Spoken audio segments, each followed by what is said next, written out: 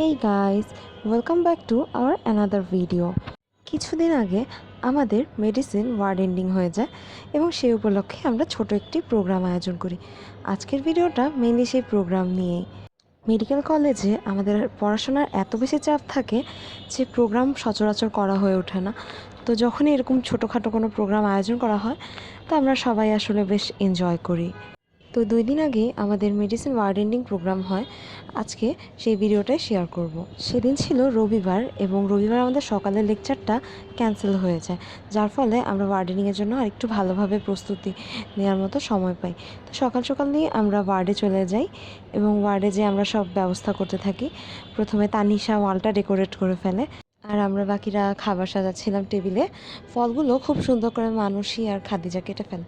তো এর মধ্যে আমাদের টিচাররা চলে আসে আর আমাদের মেইন প্রোগ্রামটা শুরু হয়ে যায়। প্রোগ্রামটা হোস্ট করে মেনলি তানিশা এবং প্রথমেই ছিল তুর্জয়ের বক্তব্য। আর মেয়েদের মধ্যে থেকে আমাকে বক্তব্য দিতে বলা হয়, যদিও আমি প্রস্তুত ছিলাম না। অক্সফোর্ড ক্লিনিক্যাল মেডিসিন বইয়ের প্রথম পৃষ্ঠায় father of medicine sir William অক্সফোর্ডের একটা উক্তি started free, but he who studies medicine without patience does not go to sea at all. সত্যিকারের ডাক্তার হওয়ার যে প্রথম ধাপ সেটা শুরু হয় আমাদের ওয়ার্ডে আসার পর থেকে পেশেন্ট এক্সপোজারের মাধ্যমে, এবং সেটা আমাদের শুরু হয়েছিল থার্ড ইয়ারে। থার্ড ইয়ার যখন আমাদের শুরু হলো তখন প্রথমে আমাদের মেডিসিনের প্লেসমেন্ট ছিল না। এরপর হচ্ছে আমাদের মেডিসিনের প্লেসমেন্টের শুরু হলো, তখন আমরা যা শিখতে পেরেছি বা যে কোনো ওয়ার্ডে থেকে অনেক বেশি শিখতে পেরেছি। এর কিন্তু অবশ্যই আমাদের মেডিকেল হাসপাতালে সমৃদ্ধ মেডিসিন বিভাগে আমার বেশ কিছু বন্ধু আছে যারা পেরিফেরি মেডিকেল কলেজে, এবং তাদের কাছে আমি যেমনটা শুনেছি তারা এক্সামিনেশন যে প্রসেসগুলো ওরা কখনোই হচ্ছে মেডিসিন ওয়ার্ডে সেগুলো পরিপূর্ণভাবে শিখতে পারে না, কারণ সেখানে পর্যাপ্ত টিচারদের সেখানে সংকট আছে বলে। এছাড়া ওদের ওখানে যে লেকচার ক্লাসগুলো হয় সেই লেকচার ক্লাসগুলোর নির্দিষ্ট কোনো রুটিন বা শিডিউল এরকম নেই। কখনো তাদের জিআইটি ক্লাস হয়, কখনো হচ্ছে সিবিএস এর ক্লাস হয়, এরকম কোনো ধারাবাহিকতা সাথে নাই। অথচ আমরা এবং আমাদের ব্যাচ আমরা এতটাই লাকি যে এই মেডিকেল কলেজ হাসপাতালের ইতিহাসে সর্বোচ্চ সমৃদ্ধ মেডিসিন বিভাগের সান্নিধ্য আমরা পাচ্ছি। মেডিসিন ওয়ার্ড বা লেকচার ক্লাসে শিক্ষক আসেননি এরকম কোনো নজির তো নেই।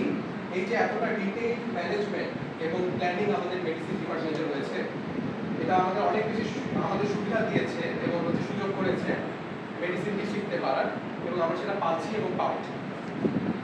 এবং আমি একটি কথা সবার পক্ষ থেকে খুবই দৃঢ়ভাবে বলতে চাই, এই মুহূর্তে মেডিসিন রিলেটেড যে রেসিডুয়াল নলেজ আমাদের রয়েছে তা অন্য যে কোনো ডিপার্টমেন্ট থেকে কয়েক গুণ বেশি। এর জন্য আমরা সবাই মেডিসিন বিভাগের সকল স্যার ম্যামদের কাছে অনেক অনেক কৃতজ্ঞ। স্যার ম্যামরা যে কোনো ডিজিজের বেসিক যে অ্যাপ্রোচ, সিমটম অ্যানালাইসিস এবং ডায়াগনোসিসে পৌঁছানোর যে অ্যানালাইটিক্যাল থিঙ্কিং স্ট্র্যাটেজি, যা কিনা শুধুমাত্র স্যার ম্যামদের মতো জীবন্ত বই থেকে পাওয়া সম্ভব, এবং সেটা আমরা কিছুটা পাচ্ছি এবং পাবো। ব্যক্তিগতভাবে আমার কাছে মেডিসিনকে খুবই আপন একটা সাবজেক্ট মনে হয়, ডিটেকটিভের মতো অনুভব করি না। সামনে আমাদের ব্লগ পোস্টিং, ফাইনাল ক্রস এবং ভাগ্য যদি সহায়ক থাকে তাহলে ইন্টারভিউ রয়েছে। আমরা আমাদের সর্বোচ্চ দিয়ে চেষ্টা করবো মেডিসিন শিখে যাবার, নিজেদের যথাসম্ভব চেষ্টা আমরা করে যাব এবং প্রতিনিয়ত আমাদের সমৃদ্ধ শিক্ষক মণ্ডলীর কাছ থেকে শিখতে থাকবো, এই অঙ্গীকার আমরা রাখছি। শেষ করছি ফেমাস একজন ইন্টারভিউস্ট অফ আমেরিকা লিসা স্যান্ডার্সের একটি উক্তি দিয়ে, A lot of the appeal of internal medicine is Sherlockian, solving the case from the clues. We are detectives, we reveal in the process of figuring it all out. It's what doctors must love to do. Thank you. Thanks you.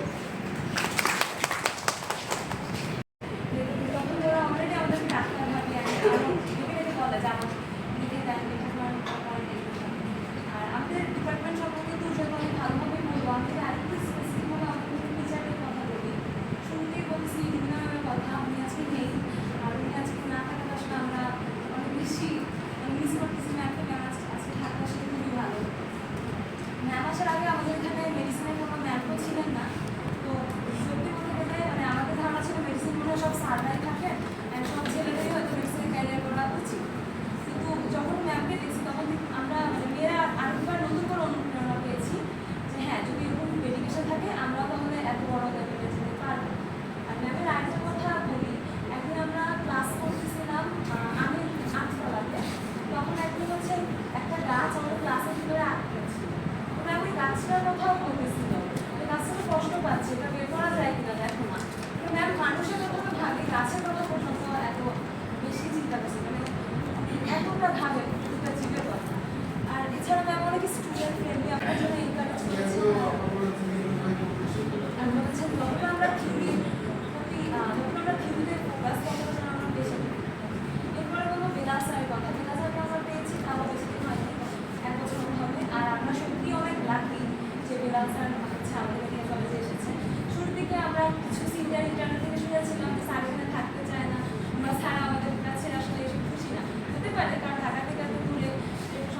আমরা স্যারকে পেয়ে অনেক lucky, আর আমরা যে স্যারের প্রত্যেকটা lecture পাই আমরা আসলেই অনেক সৌভাগ্যবান।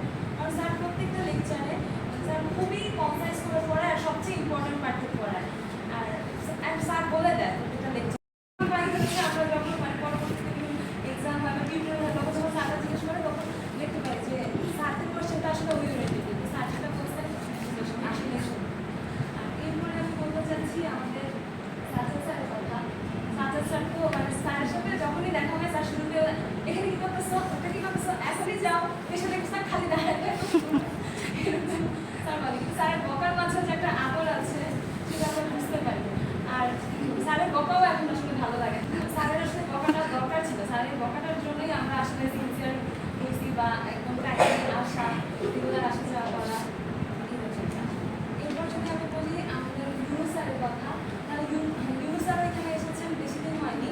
আর স্যার আসার দিন থেকে শুরুর দিন থেকে বলেছেন মেডিসিন হচ্ছে পুরো ম্যাথমেটিক্সের মতো, আর মেডিসিন পড়তে হবে এনজয় করে, আনন্দ নিয়ে। তুমি খালি পড়তে পড়তে এটা হবে না, তুমি এনজয় করবা, বুঝবা, আনন্দ নিয়ে পড়বা। যত বেশি আনন্দ নিয়ে পড়বা ওই জিনিসটা তোমার ভিতরে তত বেশি ঢুকবে, তুমি তত বেশি বুঝতে পারবে। আর এছাড়া স্যার ক্লাসে আমাদের মানে ওয়ার্ড ক্লাসে এই জিনিসটা খুব ভালো লাগে যে আমরা 32 জনের প্লেসমেন্ট একসাথে, তো কোনো টিচারের পক্ষে কিন্তু 32 জনকে একসাথে অ্যাটেনশন দেওয়া সম্ভব না। কিন্তু স্যার সবসময় চেষ্টা করে প্রত্যেকটা স্টুডেন্টকে দিয়ে একবার করে এক্সামিনেশন করানো, প্রত্যেকটা স্টুডেন্টের সাথে স্যার ডিরেক্ট কথা বলে, প্রত্যেককে স্যার প্রশ্ন ধরে। অ্যান্ড এই জন্য আসলে আমরা সবাই অনেক বেশি উপকৃত হয়েছি, এই জন্য স্যারকে অনেক অনেক ধন্যবাদ। এবার আমি যদি বলি জয়ন্ত স্যারের কথা, জয়ন্ত স্যার আমাদেরকে লেকচার ক্লাসে যেরকমভাবে সুন্দর করে পড়ায় তেমনি ওয়ার্ডেও স্যার সবসময় এক্সামিনেশন করায়। স্যার বেশিরভাগ সময় আমাদের ক্লাসটা ওয়ার্ডে নেয়, আমরা ক্লাসরুমে বসে থাকতে চাই, স্যার বলে না ওয়ার্ডে যেতে হবে, পেশেন্টের কাছে যেতে হবে। আর স্যার আমাদেরকে সবসময় বেশিরভাগ সময় এক্সামিনেশন বেশি ফোকাস করে, যার কারণে আমরা আমাদের বেশিরভাগ দেখা গেছে স্যারকে ঘুরিয়ে ঘুরে করা সামনে দিকে আসতে গেছি। এবার যদি আমাদের আছে দুজন ল্যাব এসেছে, ল্যাবের ক্লাস এখন করতে পারা যায় না, আর ইনশাআল্লাহ আমরা সামনে পাবো। এবার আসি আমাদের মোস্ট ইম্পর্টেন্ট পার্সন যারা আমাদেরকে মানে শুরু থেকে থার্ড ইয়ার থেকে যারা আমাদেরকে একদম একদম ঠিক করে রাখছে, একদম সড়ক পথে সঠিক লাইনে রাখছে, সেই দুজনের কথা বলবো। আমাদের রেজিস্ট্রার স্যার সেলিম স্যার আর হচ্ছে ইব্রাহিম স্যার। সেলিম স্যারের কথা শুধু থার্ড ইয়ার প্রথম ক্লাস ছিল হচ্ছে সেলিম স্যারের, আর স্যার থেকে শুরুতেই অনেক ভয় পেয়ে যায়। স্যার শুরুতেই আমাদেরকে একদম অনেক ভয় পেয়েছিল, সত্যি অনেক ভয় পাই, কিন্তু পরে যে বুঝতে পারি আসলে স্যার সাথে স্ট্রিক্ট, এই জন্যই আমরা এত সুন্দর গুছানো। আর মেডিসিন সাবজেক্ট আমাদের যত সুন্দর করে গুছানো এই ফাইনাল ইয়ারে এসে অন্য কোনো সাবজেক্ট এত সুন্দর করে গুছানো না।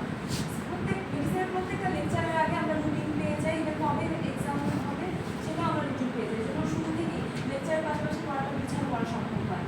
এছাড়া স্যার আমাদেরকে পেশেন্ট দেখার জন্য সবসময় বলে, টিউটোরিয়ালগুলো স্যার ক্লাস নেয়।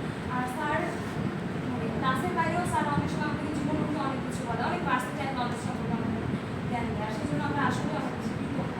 আর last but not the least, এবার আমি বলবো আমাদের রেজিস্ট্রার ইকরাম স্যারের কথা। আর রেজিস্ট্রারের আগে ইকরাম স্যার হচ্ছে আমাদের বায়োকেমিস্ট্রি ব্যাচ টিচার ছিল, তো তখন থেকে আসলে বি ব্যাচের সাথে আমাদের মানে ইকরাম স্যারের সাথে আমাদের বি ব্যাচের একটা অন্যরকম সম্পর্ক। আর স্যার যে মেডিসিন আমাকে জানতামই না, স্যারকে মেডিসিনে দেখে একদম আমরা সারপ্রাইজ হয়ে গেছিলাম। এরপর তো যখন স্যারকে পাই, স্যার ইভিনিংয়ে ক্লাসগুলো নিতেন, আর স্যার খুবই ভালো পড়াইতেন, অনেক অনেক ভালো। ইভিনিংয়ে যত ক্লাস করেছি সবগুলোর মধ্যে আমার হচ্ছে ইকরাম স্যারের ক্লাস সবচেয়ে বেস্ট। আর যেখানে এক্সামিনেশন হোক বা থিওরি, স্যার সব কিছু একটু আপডেট। স্যার আমাদেরকে বলে যে ডেভিডসনের এই বক্সটাতে দেখবা এটা আছে, আমি পড়া দিলাম, বাসা যেতে না।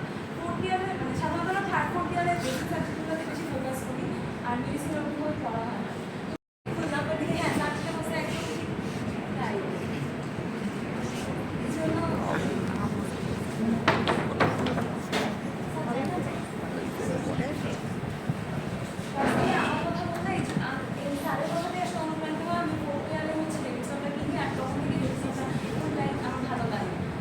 অবশ্যই আমি ইকরাম স্যারকে দিতে চাই।